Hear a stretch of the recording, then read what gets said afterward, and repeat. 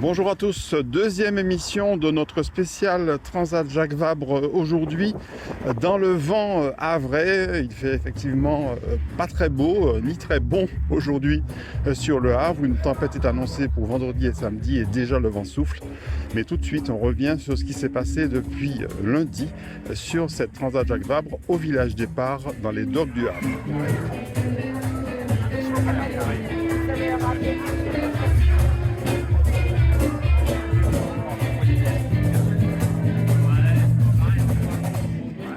Le duo martiniquais de Martinique Horizon, Jean-Yves Aglaé et Hervé Jean-Marie, est en vedette dans le Paris-Normandie. Il faut dire qu'ici, c'est le seul duo martiniquais au départ cette année, le seul duo de l'histoire d'ailleurs depuis 30 ans. Et ils sont un peu la mascotte du village départ ici. Ils sont extrêmement sollicités et ils essaient tant bien que mal de se ménager avant le départ de dimanche. Mon voisin a des cheveux, une belle veste bleue avec tous nos partenaires marqués dessus. Il s'appelle Jean-Yves Aglaé, c'est son nom de famille, originaire de la commune de Sainte-Luce, où il réside toujours. Grand pratiquant de voile traditionnel depuis son plus jeune âge. Il aime le challenge, le défi et l'informatique embarquée. Je vous présente Hervé, 41 ans, casquette et sans cheveux. Il fait de la voile depuis petit, il aime tout ce qui est mécanique. Et aujourd'hui, le défi qu'il aime relever, c'est d'aller un peu plus loin que ce qu'il a fait jusque-là. En fait, nous avons grandi en Martinique. Nous sommes croisés en fait, par le biais d'amis communs dans un premier temps.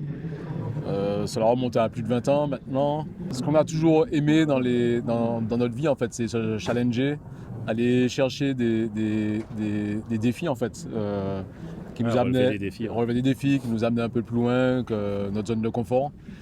À la dernière édition de la Jacques Vabre, arrivé en Martinique, j'ai eu l'opportunité de croiser Gilles Lamiré, qui nous a présenté Maxime Sorel. Et ensuite, j'ai fait le lien avec Jean-Yves et Émeric. Donc nous sommes tous les trois cofondateurs du projet. À la fin de notre programme de navigation dans la Caraïbe, Maxime et Gilles nous ont challengés en nous proposant, pourquoi pas nous, de lancer un projet course au large, sachant que c'est un projet inédit qui n'existait pas encore chez nous, à part des projets one-shot sur des courses, des événements uniques. On a construit donc un projet sur 4 ans et on a pu mettre le pied sur le Classe 40 lors du défi Atlantique. On a fait la deuxième étape du défi Atlantique entre les Açores et La Rochelle, ce qui a été un petit peu notre baptême sur le Classe 40 et dans le milieu de la course. On a rencontré pas mal de coureurs de la Classe 40 et d'anciens coureurs, donc on a cité Maxime Sorel, mais aussi Antoine Carpentier, Florian Gaguen. Et aujourd'hui, dans le projet de 4 ans Martinique Horizon qu'on a construit, la Jacques Vabre fait office de première étape. Pour nous, c'est une découverte de cet univers. Donc, l'objectif, il n'est pas dans la performance, il est dans l'aventure. C'est d'emmagasiner un maximum de souvenirs d'une part et d'expériences sur la préparation d'un tel projet, la préparation d'un bateau aussi, préparation technique et l'appréhension en fait, l'appréhension d'un tel projet. Ça va être sport. Après, de ce qu'on a vu, puisqu'on était basé sur Saint-Malo les 6-7 dernières semaines, donc on a pu faire notre qualification là-bas. Et les premières impressions, c'est que c'est cartouche en fait. Quand ça cartonne bien. Donc, vu ce qui arrive, on n'est pas surpris. On va nous faire en sorte d'être au bon endroit au bon moment pour éviter le gros, mais surtout préserver le bateau, se préserver. Après, les conseils qu'on a eu d'autres coureurs, c'est de passer cette zone difficile, de démancher, sortir du golfe de la Gascogne. Et une fois qu'on a réussi ça, c'est déjà un bon point qu'on met de côté pour nous. Déjà, il faudra se réadapter au climat. On est là depuis septembre, il y a des habitudes qu'on a perdues. Ça va être le retour au sein de nos familles et de nos foyers et aussi chez nous en fait. Donc on est pressé d'arriver à la maison et pouvoir fêter ça avec les Martiniquais. L'idée pour nous, c'est d'amener ce type de projet chez nous. Ce n'est pas uniquement de prendre du plaisir. En fait, c'est le premier step, c'est de prendre du plaisir et après communiquer sur la suite et la façon de concrétiser des projets sportifs ou projets entrepreneuriaux au sens large. Je suis fier d'y être matelot. Tiens bon, la vague et tiens bon.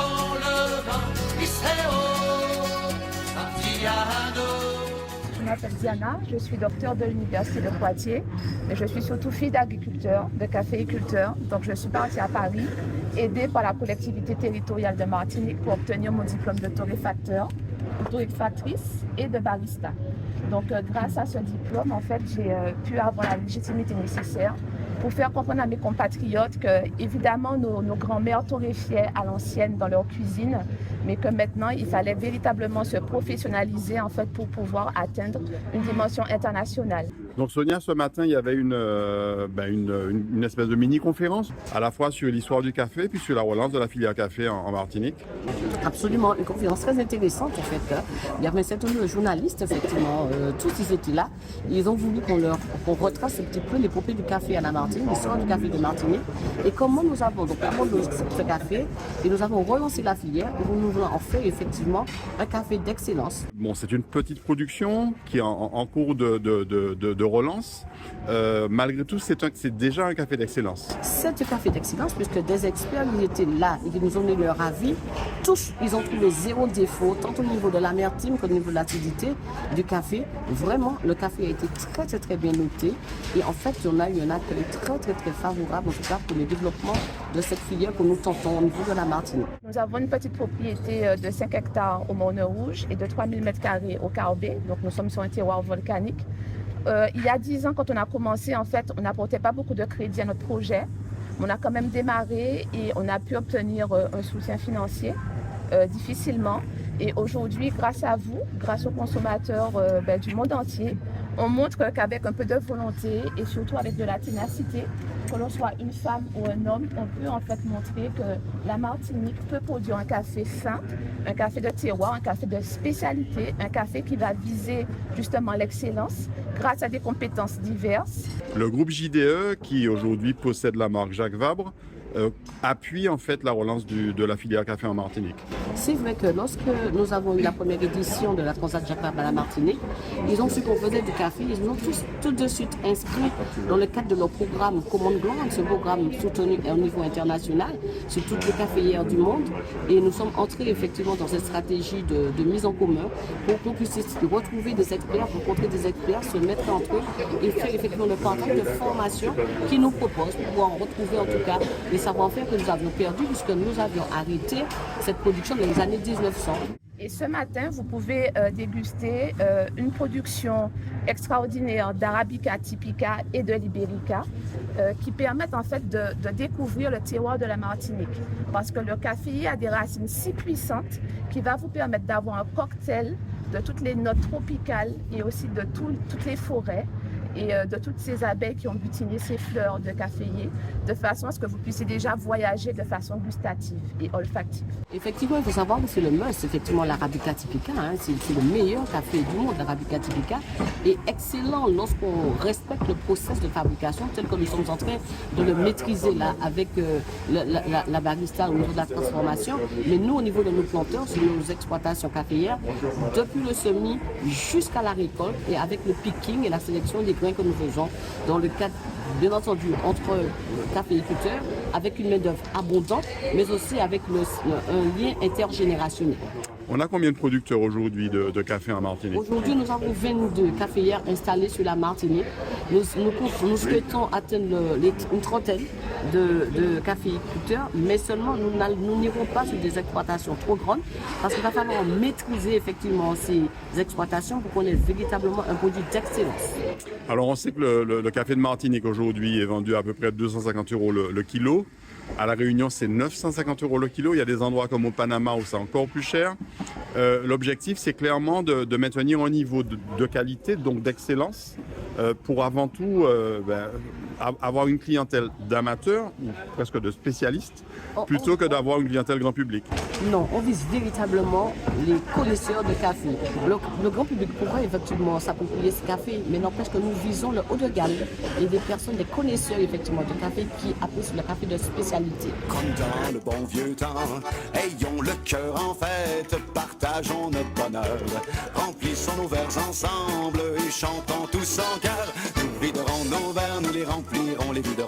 Nous viderons nos verres, nous les remplirons.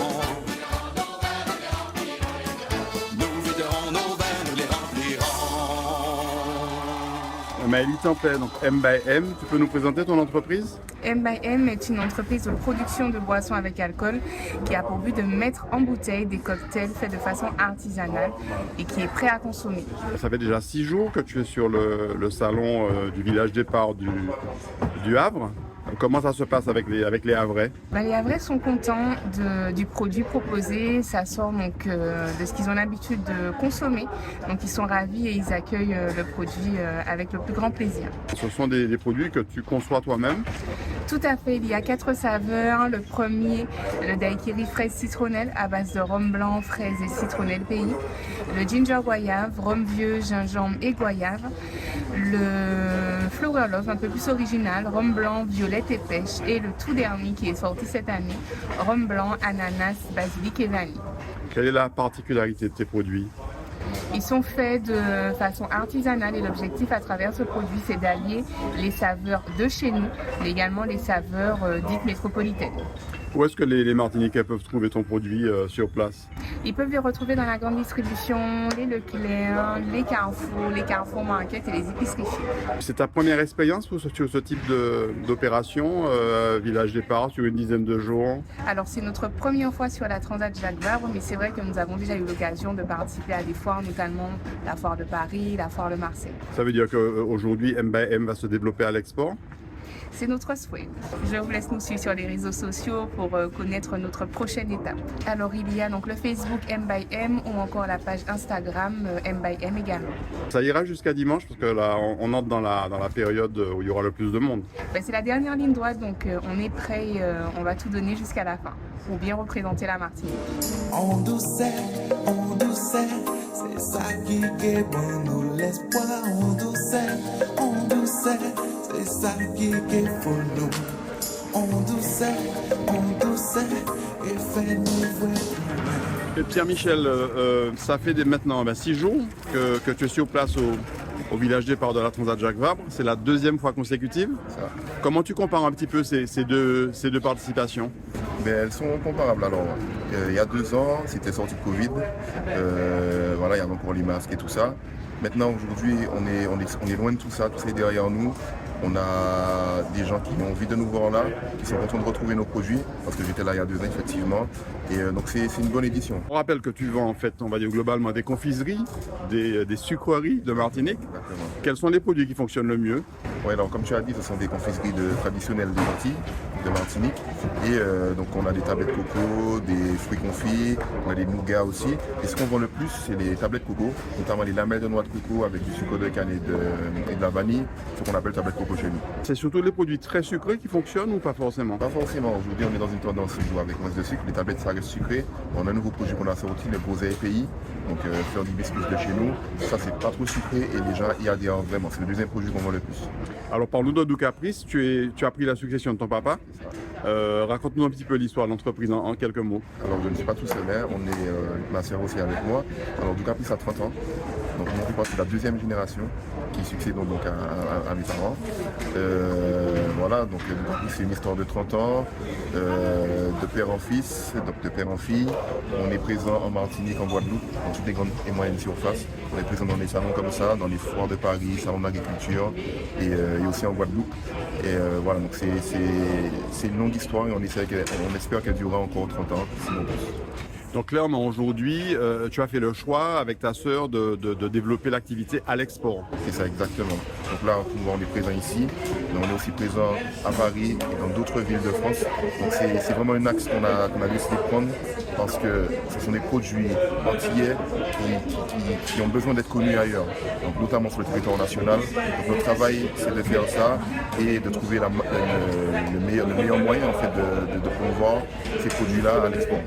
Où est-ce que les Martiniquais peuvent trouver le produit? Parce que vous vendez toujours en Martinique quand même. Comme j'ai dit, dans toutes les grandes et moyennes surfaces de Martinique, aussi dans les 2 tiffres de l'aéroport, en Martinique et en Guadeloupe, et en région parisienne, dans certains revendeurs spécialisés produits tropiques. Vous êtes également présent sur les réseaux, on peut commander sur Internet. Oui, bien sûr. Donc, on a notre site internet www.doucaplusfoucollet.com. Donc là, on peut commander et se faire livrer, peu importe où dans le monde. Et on est bien sûr présent sur Facebook et Instagram à @doucapus.